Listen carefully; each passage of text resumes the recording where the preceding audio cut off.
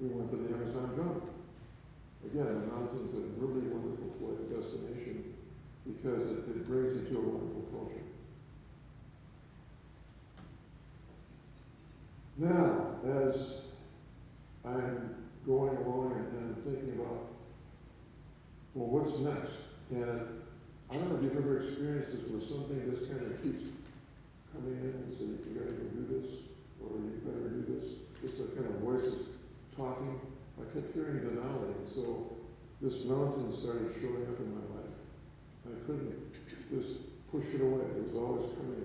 And okay, so I got to go to Denali. And I read all the books about all the horror stories that happened on Denali. People died, they fall in the crevasse, they freeze their fingers and feet off. And, so this became my second Everest. I had no idea that this was even possible for me.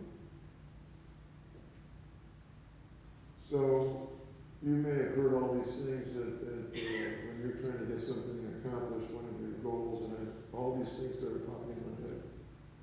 I'm too old. I'm 62. You know, not fit enough. Everybody's going to be better than me. I'm going to fall in the crevasse for sure. I didn't know. It's going to be scary. And sure enough, this is what kept coming into my life, and I was just kind of plagued by it until I found Mr. Ben Franklin, who said he had a trick of making excuses is so good for anything else. And isn't that true? You know, if we keep these excuses, we're going to be mired in excuses. If we think that we can do it, possibly can happen. So I started thinking the positive thing. Yes, I can make this. And so what I did is I hired a personal trainer. I wanted to make sure that one of the excuses, not being fit enough, would not be an issue. So I hired this trainer, and she got me in shape, and I was physically ready.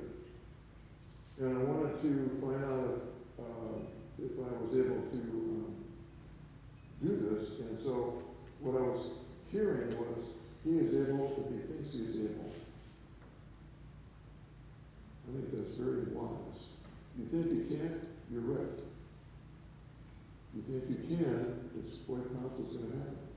So he is able who thinks he's able. And then I wanted to find out if I was really ready. So on Rainier, every year in the springtime, they hold an expedition seminar for Denali. Well, the conditions on Rainier, just late winter, early spring, are like the conditions on Denali in the summertime. And so I went to Rainier and went through this expedition seminar. We built the ice walls and pulled the sleds, and we experienced some very severe conditions in the weather, and I passed the test. So I thought, yeah, I can go to Denali, not knowing what to expect. So you've already seen this from Jeff. I was prepared. So I thought. So here we go. Off to the Denali and all that stuff. Used to be called Mount McKinley. Remember that name? Mount McKinley. They've now changed it back officially to Denali. And this is our first look at it. And then we land on these glaciers at 7,000 feet. So the plane comes in, lands on the glacier, we get out, they fly away. 2 weeks later, they come back. 2.5 weeks, whatever they can get back in because of weather. And so we got to get this done in that time frame, otherwise you're going to miss the plane back. So this is what I was afraid of. These are the crevasses in this glacier that just swallow they could swallow big truck, trains, whatever it is, they're just gigantic. And there's a snow bridge over that, which is, when we're walking in early morning, it's still frozen. Late afternoon, you fall through. And I was laying awake at night, every night, still couldn't totally get all the negative stuff out of my head. I was thinking, is tomorrow the day I fall in the crevasse? I didn't know. And so I get these heart palpitations, hardly could sleep. And so I just heard this thing, just trust me, okay, just trust me. And that's what got me through this thing. So this is summit day, and the summit ridge. And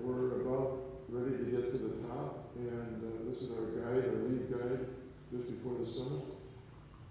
And then there I am on the summit. Got it done.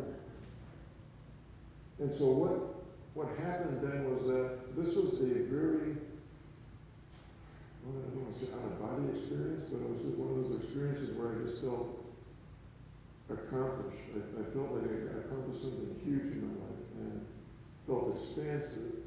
This expansion of self, and we'll talk about it a little bit later. It was just one of those things that was really important and I got my second Everest done.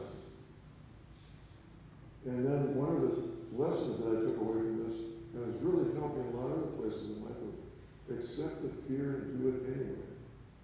You ever had that experience where you're fear? I don't really want to do that because I'm so afraid of it. And you go ahead and do it, and you feel really good afterwards. It's a really special feeling. So the second Everest was conquered. Now, you all heard of the 7 summits, which are the highest points on each of the continents. And that, I wasn't even thinking about that at the outset. And all of a sudden, well, I got 3, Kilimanjaro, Everest, and Denali. And so, this is the first time I was thinking about doing the 7 summits. And again, the mountain was a really good excuse to go to some wonderful places. So the next one was Acti-Video in Argentina. You all know that Mendoza is the wine capital of Argentina.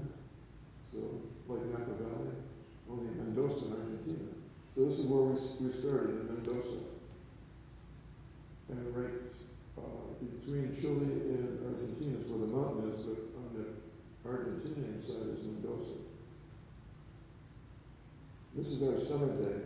And this is a 40-mile one-way, just like Everest Trek is one-way. 40-mile one-way to the top, and it's a lot higher, 23,000 feet almost. And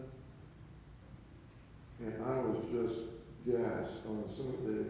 And we're just coming around this corner here, when we took our last break, and I was like, I need another break. And he said, we're going to have 6 breaks, and that's it. There's no more stopping. And so I said, well, I need to stop.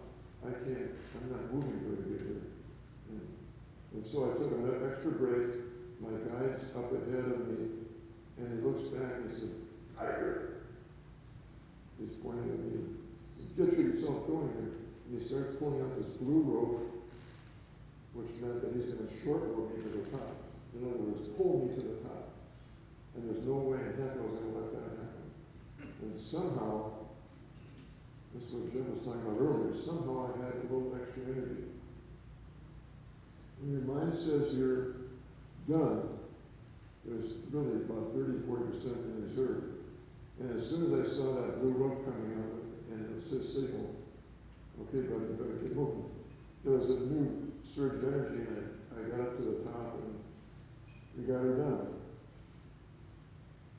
And so what I was hearing was just persevere the whole time on this 40-mile hike.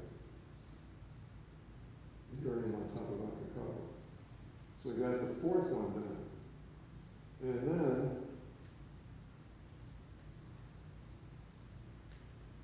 the big lesson, and Jeff talked about the everyday items. We're all struggling with something like everyday stuff we need to do. And it becomes a struggle sometimes. But if we just accept that, understand that it's happening, and go ahead anyway, and I kept taking the next step off this mountain, we get her done. And that's the big lesson for us in our life. And so now this is the first time ever that Mount Everest was showing up on my radar screen. Could this be a possibility? I hadn't thought about this, but I spoke with my trainer. He said, I got 4 done. Maybe Everest is possible. So I called some guide friends, and they could say, how do you get funding for Everest? This is about a $150,000 trip. And he said, well, you might raise $5,000 here, a couple thousand here, another $5,000 over here. That's a lot of fundraising to do. So I just let it go. I just kept training and kept doing my stuff. And so I personally then I decided to go to Mount Vincent, and that would be number 5. But I failed. But as I got back into the tent, now in Antarctica, there's a Chilean piece of the pie that is reserved for this company, Antarctic Expeditions and Logistics. They conduct first ascents, they conduct the last degree ski to the South Pole, they conduct trips to the South Pole, they do the penguins, they do a marathon, whatever you want to do, they'll do. So there's a lot of people here at this company. And they're the only private company on the continent. And so this is the only place you can get anything done that you want to do on Antarctica, unless you belong to some other country that's got an expedition on the continent. So this is where you go if you want to go to Antarctica. And so there's a lot of people here from all over the world, and I was in the middle of this nest tent. I had just gotten back from this, and I said, everything's done, I can't do any more mountains, I can't afford to go to Everest, I can't afford to come back here. So my 7th summit quest is over. Well, not quite. This white table here in front, this whole tent was full of people having lunch. That chair was sitting up here empty, and this whole table was full of Russians. And how do they celebrate?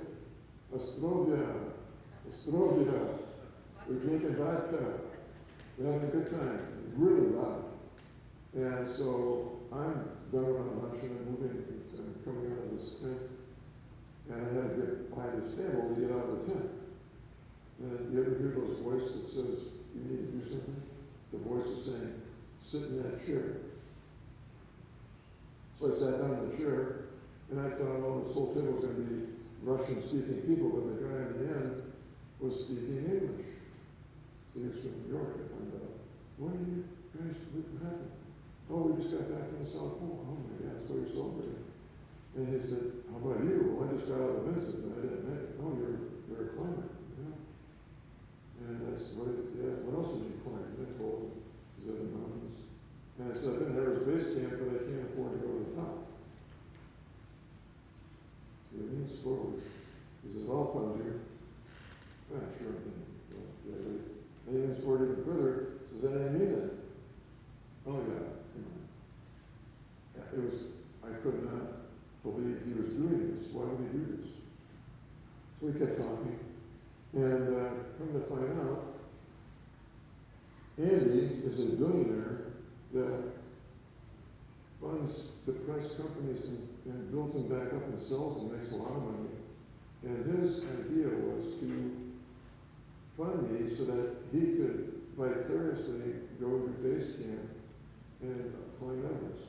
And he was planning to come to base camp with me and be there when I got off the mountain, but that all changed later. But his whole idea here was to do something with me. It's like throwing spaghetti against the wall. Some things stick and some things don't. Mine was a project. And then he got back to New York and I got home. He called me and said, would you mind being filmed? Okay. I'm not going to say no. So I said yes. And so he filmed my entire expedition to Everest and the whole year at home, everything, all my training, everything. That was his thing. And so now, Everest is my Everest. And I've got his sponsor. And I sent him a prospectus. When I got back home, and I said, I could do this for $147,000. The fee plus a little extra oxygen, when I did the base camp and on the mountain. And that's not enough. And have you ever had a boss tell you this? Your budget's not enough? And wait a second. And so I sent him back a budget for $207,000. Okay. So he gave me $207,000.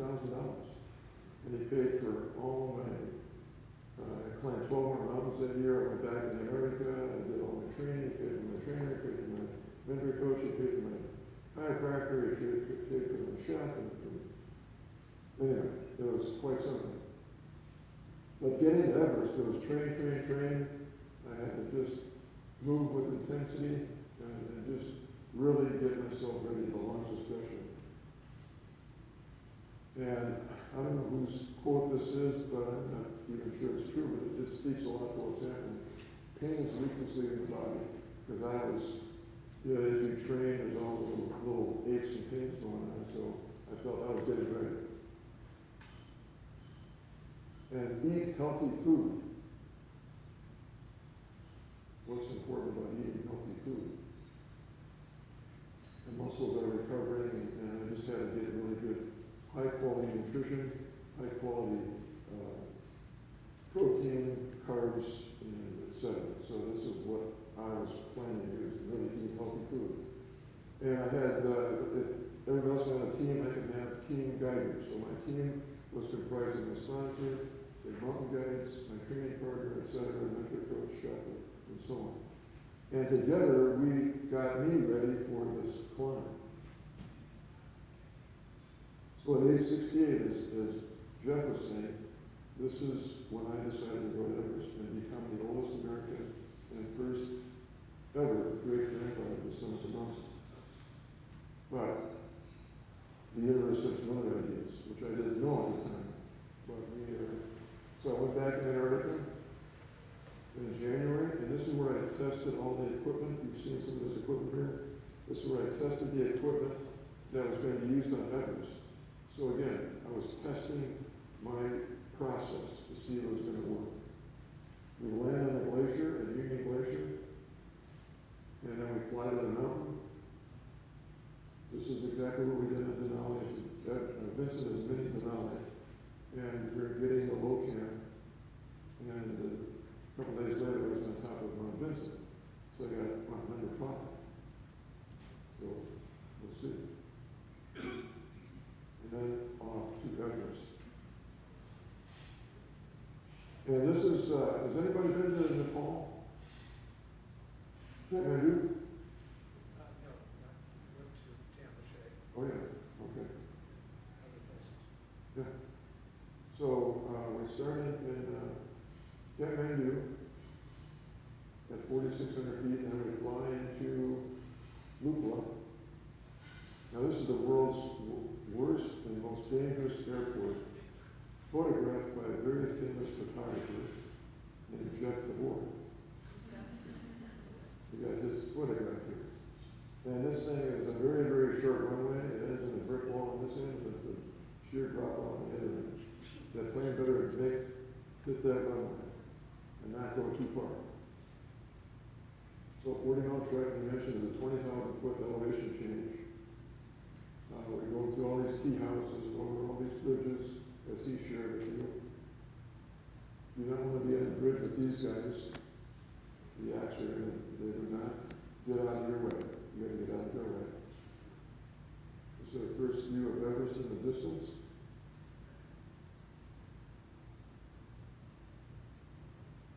And we stayed in tea houses every night. Now remember when, anybody read the book Into Thin Air? When Krakauer got that Kumbu cough. You know what they burn in the stoves in these tea houses? Yak dung. So the yak dung dust and the smoke is what gave him the Kumbu cough. And this is inside the tea house, and this is a really good time to socialize. And we just were bonding. The whole point of getting on this team for Everest was to bond together with people that you might want to, that might save you or you save them. You just never know. And these are the Sherpa. I want to just take a few seconds to talk about them because their presence in Nepal at the high altitudes is pretty special. I've never been in the presence of somebody, this group of people with this similar essence. There's something about them that's just really special. And they're very loving, very caring, very motivated. Fuhrer Sherpa with the red scarf on was my personal Sherpa. And he would be tagging along behind me or in front of me. He was always around me. You know, I could never shake him loose. He was always there, always trying to help me. And he was sometimes too present, if you know what I'm talking about. But he was there, and they're all like that. They're very caring. They want to help. They want to serve. And then to have lost those 16 triple was pretty devastating. Everything gets to the base camp by on the back of the yak or on the back of a quarter. They sometimes carry twice their body weight. Maybe 400 pounds for me. I don't know how to get that off the ground. But on the way, we wanted to, the acclimation process has changed over the years, and they wanted to avoid going through the ice fall, because the ice fall is where the most accidents happen for Sherpa and climbers. And so we wanted to climb something higher to acclimate, and this is where we acclimated on Thursday, or before we got to base camp. This is where I got to the top of Wildershire Peak East. And this is the first view of base camp, and it's about a mile, about an hour and a half walk from one end of the base camp to the other. And my tent's out here in front. And we needed to spend time here just to recover. And maybe you've experienced this yourself, where now that we're a little bit older, we need extra time for our muscles to recover. And I just was not recovering really well. As Jeff mentioned, he got to base camp with altitude sickness. I was just kind of feeling blah, which is a part of the acclimation process. I was not recovering either. And so the day of the avalanche, I still hadn't recovered, but it took about 2 more days, which was almost a week for me to just recover. So very important to figure that out for yourself, that you need recovery time. Then on Thursday, there was this test run through the ice fall. We got up about halfway up the ice fall on these ladders. And that was the last normal day of Everest, because the next day was the avalanche. Friday, April 18th was the day of the avalanche. And this is what it looks like. This is one very similar that happened a couple of years before, in the same location as the one that killed the 16 Sherpa. It came down around the popcorn field and the football field there. And it broke off. This piece way at the top that looks kind of broken. 3 million pounds of icicle came down in the Sherpa. And there was 25 Sherpa, 9 of them on either end got saved or got injured, but they weren't killed. The 16 in the middle got killed. This is a recovery effort. And pulling the bodies off, they hooked them on right here and took them off the wall on the helicopter. I could only watch 5 of the bodies fly off. These are the 16. The top 13 on the top were killed and found and recovered. The bottom 3 were never found. They're still embedded in the ice. And that's, so I had 16 candles, 13 at one spot and 3 at the other spot, and that was how I memorialized those Sherpa back when I got back to Kathmandu. Then the puja happened a couple days later, and the Sherpa wanted to just close the mountain. We were still ready to go. And what do you mean you're going to close the mountain? But I had pretty much decided that I'm not going to go. I didn't want to desecrate those bodies that were still there. And somehow my mind had just shifted already, and even if we'd been allowed to go, I don't know if I could have done it, because my mind was already in another place. And so, but the decision was made for me. So what now? I was very disappointed that I spent all this time and couldn't make it, but really there was much more to this story that I didn't even realize till I got back. I got back and I was like a boat without a rudder. I didn't know what to do. And so I spent a lot of time figuring out, well, I want to do Kosciuszko someday. It's the 7th summit with an asterisk after Everest. but really, there were some pretty powerful lessons. One of which is the universe is in charge, not us. And many call God's in charge or the universe is in charge. We are not in charge. And loving others must be our priority. This was something that just really struck me that I needed to get in touch with my daughters. I sent emails and found some emails got out of base camp. Can you imagine we're on a computer in base camp? And we're getting emails out, and my daughters got word a couple days later, Dad's okay. They were all relieved. So getting back home was a pretty high priority. And the goal of getting to the top, I had to suspend it because there's no way it's ever going to happen. So it's not an end, but it's opening to a new beginning. And I'm still discovering that 2 years later. So what now? So still unfolding.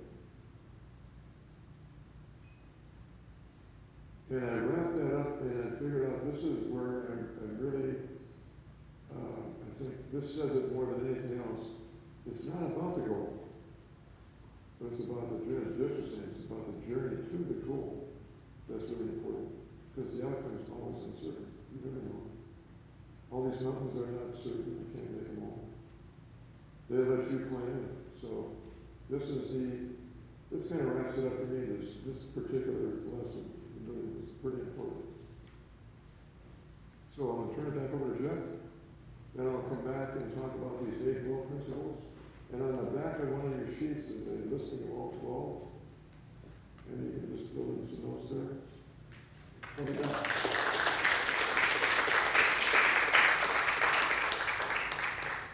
Thank you, Jim, for a very, very inspiring story, that's for sure. So it's all about aging well.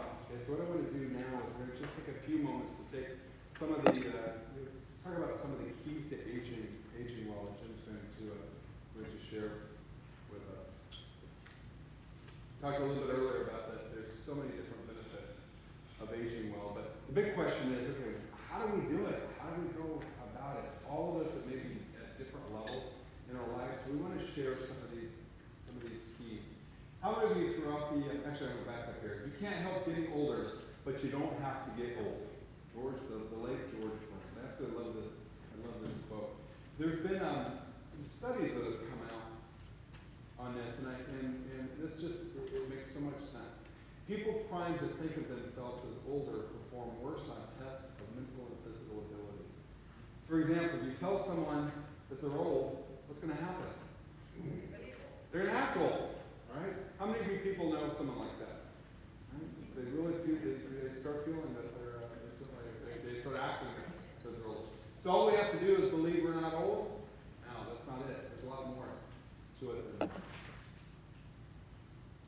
So aging well is really an ongoing process. How many of you throughout the presentation saw some of the different keys that popped up? Oh, they're not popping up right now. How many of you saw different keys? There were 12 different keys that popped up. So I'm going to ask Jim to come back up, and we're going to actually review each of the 12 keys to aging well. As Jim said, on the back of the notes page, right here, just saving it from right, all 12 keys are on the back here as well. But we're going to talk about some of the more specifics. I'm back. You ready for this? Who wants to age well? Imagine everybody does, right? Well, I put together this list of 12, and this is through my experience, the last 30 years of climbing and experiencing my body changing, things going wrong.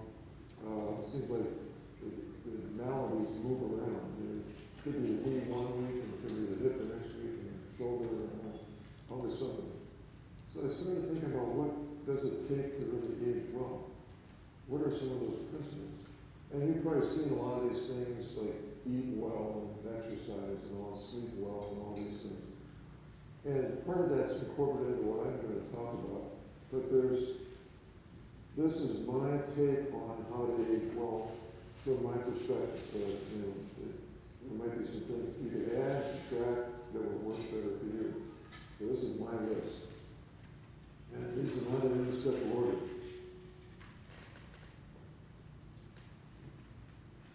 Number one, move with intensity. And Nike says, just do it. Well, I say, just move with intensity. And that's, the intensity part is really the key here. Because moving, we can move from one end of the building to the next, or around the block, or whatever, but moving with intensity will engage the cells in something different. And when the cells are engaged in moving you with intensity, they seem to be happier. I don't know why they're happier, but my body feels better, everything feels better, I'm more alive, and that intensity gets the cells going. And I like myself to be happy, right? It just makes things better. So moving with intensity, I don't care what you do, hiking with intensity, swimming with intensity, walking upstairs like this, I always do. Cycling, mountaineering, anything that really gets you going with intensity. This is me on Sunday. I just rode around Lake Tahoe, finished here the Tour de Tahoe, a 72-mile ride around Lake Tahoe. And that's moving with intensity. It took me 5 hours. Backwards. And I mentioned this before, is to test yourself. And I think there's a little bit of a difference between this and what I was doing on Denali. Over here, right before Denali. This testing yourself is, can I still do this? Can I keep up with my progress? Can I see my progress getting better? And so test yourself every so often to see, do I still have it? And so when I'm doing a training hill now, it's time when a training hill climbs, and see if I get better that time for the last time. Sometimes yes, sometimes no, all depends on the day.